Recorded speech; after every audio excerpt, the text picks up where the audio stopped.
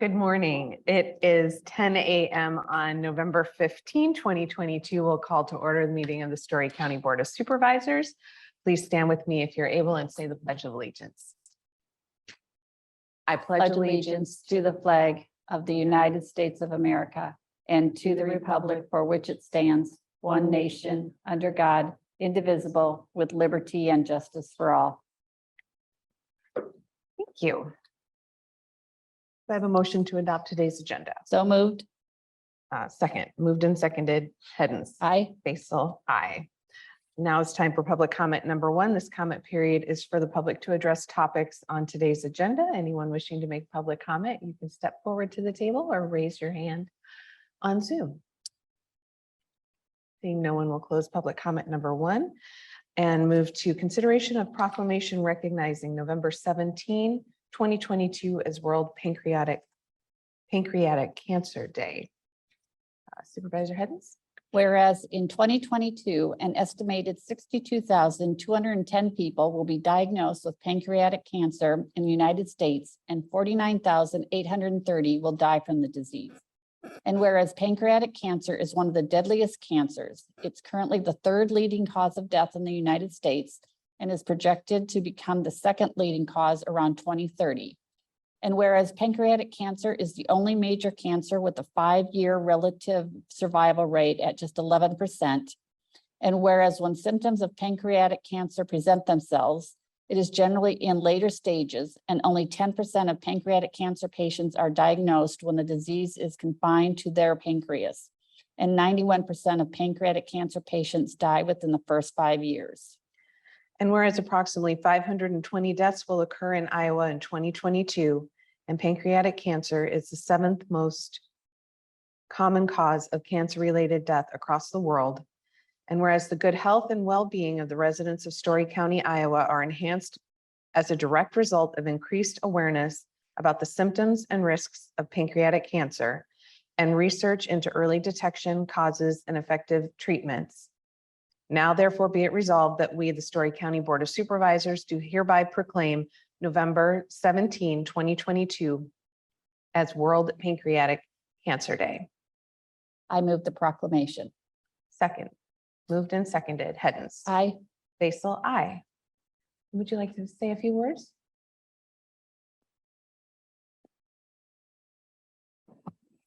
Hi, I'm Melinda Thatch, and I thank you so much for sharing this proclamation. 10 years ago at this time, I had no idea what pancreatic cancer was, and it would be just a few more days before I found out that my mother had it, and 13 days after that, she died from it. So my hope is that by people understanding the really vague symptoms that can be possible, more people can be diagnosed earlier and be able to get treatment. There are some effective treatments, but currently there's still no early detection method. And there's multiple risk factors that are risk factors for all cancers.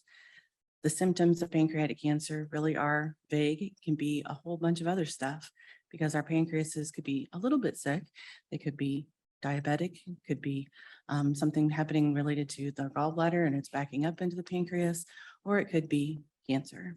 It's really hard to tell in the early stages. So the symptoms include pain in your front to your back. Your pancreas runs from the front to the back, right through our bodies. So some people have it more on this end, some people have it more on this end. It can be changes in stool. People don't like to talk about what they do on the toilet, but if you're used to having nice sinkers and then suddenly they're oily and floaty and stinky, that's a change in your digestive enzymes and it could be a symptom of that.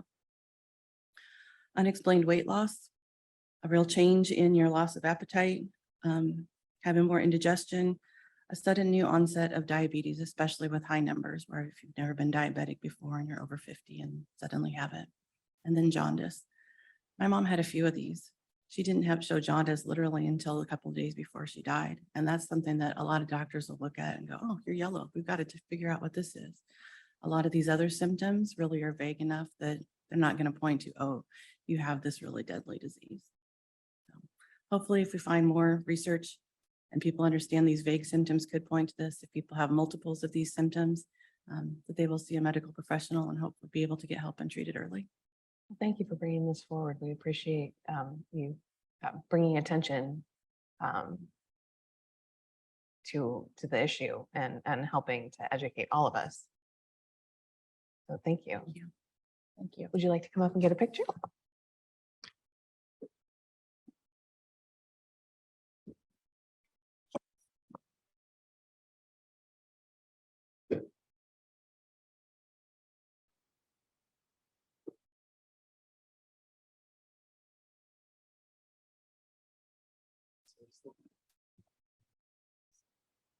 All right, 1, 2, 3.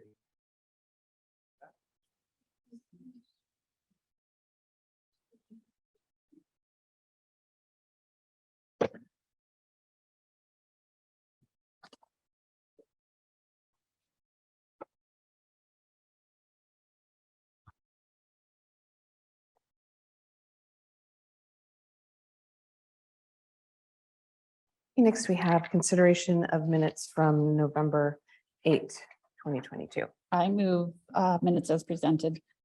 Second, moved and seconded, Hens, Aye. Basil, I. Consent agenda. I move approval of consent agenda items as listed.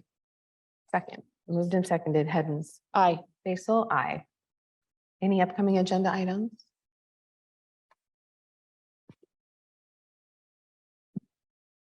Any upcoming agenda items? I do not have any at this time. Okay, now it's time for public comment number 2, comments from the public on items not on this agenda. The board may not take any action on comments due to requirements of open meetings law, but may do so in the future. Anyone wishing to make public comment can step forward to the table or raise your hand on Zoom. And seeing no one step forward, we will close public comment number 2 and move to liaison assignments, committee meeting updates, and announcements from the supervisors. So I have on the calendar for today to do the canvass of the election, the general election.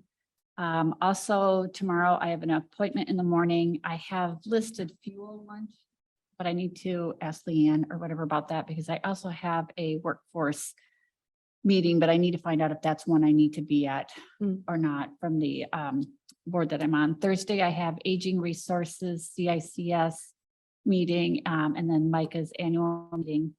Friday, I want to stop in sometime at the Veteran Affairs supermarket. I also have AEDC in the morning. Looks like there is a resource training, and then we have a library association meeting. Monday, I have a HERDA meeting.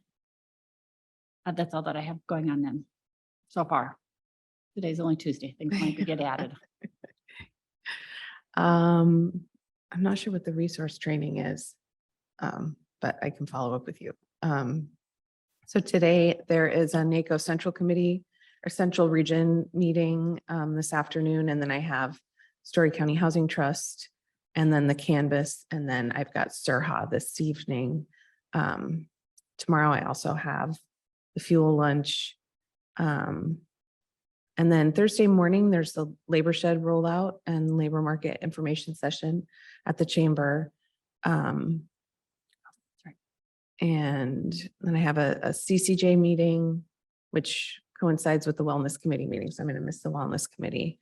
And department head and elected official meeting is on my calendar for tomorrow afternoon. It is, and I will miss that because I've got CICS at the same time. Oh, okay. Yep, so I will miss that. And the resources and training is my subcommittee from the mental health work group that I'm on. Okay, gotcha. And then hunger collaboration tomorrow afternoon. I told Brett that I would make some opening remarks at the supermarket on Friday, so I'll be a little late for the Go Green meeting. And then Library Association, a busy week. Yeah. And then I have a couple just random meetings Monday morning, and then NACO Arts and Culture Commission. Yeah, ooh, busy. And that's about it. Anything further? No. No? All right. I have a motion to adjourn. So moved.